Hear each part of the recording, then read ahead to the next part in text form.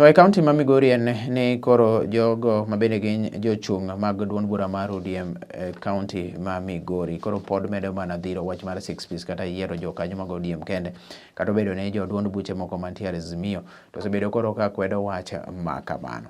Ka oloso rinya Awendo sub county jod bura ma Awendo Walter Wino wacho kanyo ni yiero jokanyo mag duond bura mar ODM to ken mana mar yiero jokanyo kende ten mabiro konyo moluor Raila Amolo Odinga kod donje telo mondo koro miyo bed motegno maonge yungni kata matin.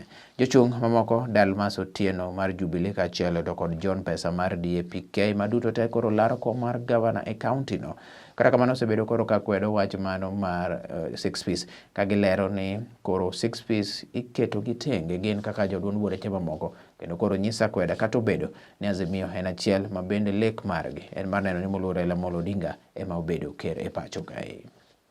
Facilitated, let them come back and cast their votes here. This is an ODM zone. In as much as people have been complaining that the nomination was not done the way they think it should have been done, we want to tell them or to request them to now forget about the past and make sure that they support the ODM candidates, because it is going to be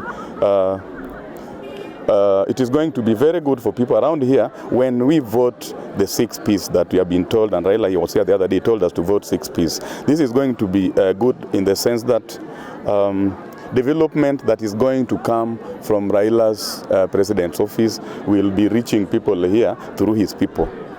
Appeal to the people of Kenya, and especially now that we are approaching general election, that we be calm and we elect our leaders who will govern us well.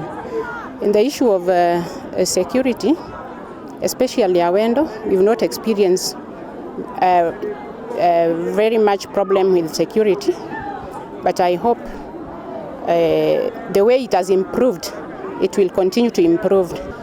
Kama sisi watu wa ODM tunashukuru kwa sababu tujaona kwamba kuna mambo mabaya ambayo yametendeka. Tungesii wananchi, tungesii vyombo vya dola kwamba wafanye patrols ili mambo ya insecurity ambayo inasemekana kwamba Awendo iweze kuwa nzuri. The insecurity in Awendo, as far as I'm concerned now, is addressed. The issue of this body that was discovered in a sugarcane plantation the other day, it is still under investigation. The body I know is lying at Migori, and police are still investigating. You know, the body is yet to be identified. So I would want to believe that this body was dumped from elsewhere and is not a body of a person who is a resident of Awendo.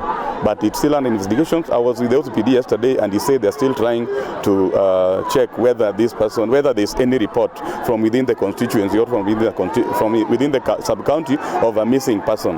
But so far, this person, nobody has gone to the police to report any missing person from the constituency of Awendo.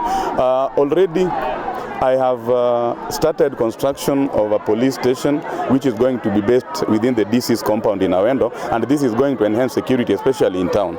It will, the OCPD said once this is finished, he will actually move to be operating from the Awendo town.